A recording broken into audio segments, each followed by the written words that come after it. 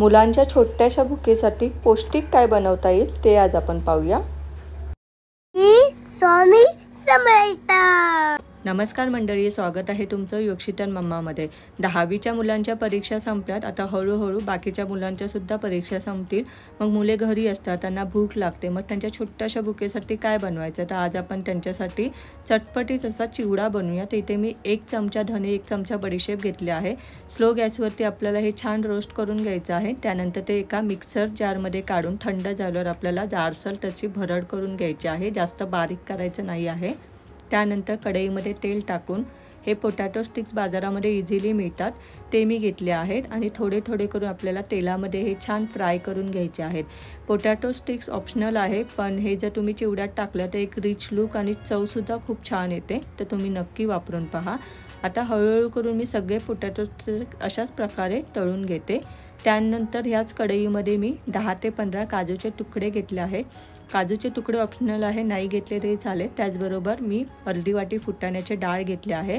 काजूचे तुकडे फुटाण्याच्या डाळीचा colour change झाला की मग आपल्याला हे साईडला काढून घ्यायचं आहे। त्याचबरोबर इथे मी सुक्या खोबऱ्याचे काप घेतले आहेत, त्याचा सुद्धा कलर चेंज झाला की आपण ते साईडला काढून घेऊया। लक्षात ठेवा, हे सर्व जिन्नस आपल्याला स्लो टू मीडियम गॅसवरच भाजायचं आहे, नाहीतर मग जे इन्ग्रेडियंट्स आहेत ते आतून कच्चे राहतात। आता जास्तीचं तेल मी बाजूला काढून घेतलं आहे आणि उरलेल्या तेलामध्ये मी मूठभर कढीपत्ता आणि हिरव्या मिरचीचे तुकडे टाकले आहेत। हे सगळे आपल्याला स्लो गॅसवरती छान क्रिस्पी होईपर्यंत परतून घ्यायचं आहे।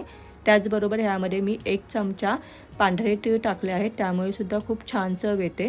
आता ह्यामध्ये टाकते 1 मोठा चमचा हळद आणि 1 मिनिट मायक्रोवेव्हमध्ये फिरून घेतलेले हे पोहे मी ह्यामध्ये टाकत आहे आणि पाहू शकता किती क्रिस्पी झाले आहेत हे पोहे। तुमच्याकडे मायक्रोवेव्ह नसेल तर तुम्ही 3 ते 4 तास उन्हामध्ये हे पोहे कडकडीत वाळू शकता। त्यानंतर जे जिन्नस आपण फ्राय करून ठेवले आहेत तो ह्यामध्ये ॲड करायचे आहेत आणि 2 चमच्यांचा वापर करून आपल्याला असे हलक्या हाताने हे टॉस करून घ्यायचे आहे। तर पाहू शकता किती सुंदर कलर आलेला आहे आणि जे चिवडा आहे तो सुद्धा खूप छान दिसत आहे।